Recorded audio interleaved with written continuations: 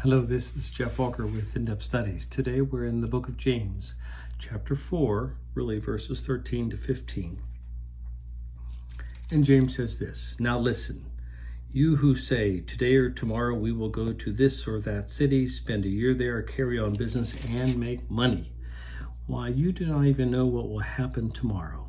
What is your life? You are a mist that appears for a little while and then vanishes. Instead, you ought to say, if it is the Lord's will, we will live and do this or that."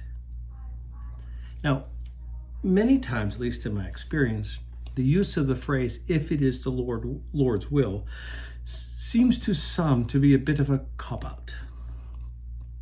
But it's not at all.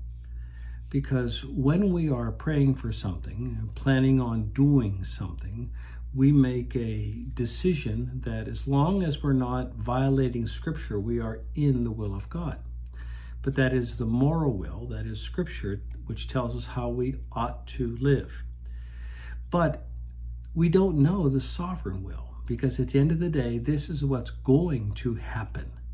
So we are responsible to make a wise decision, that is a decision that doesn't violate Scripture.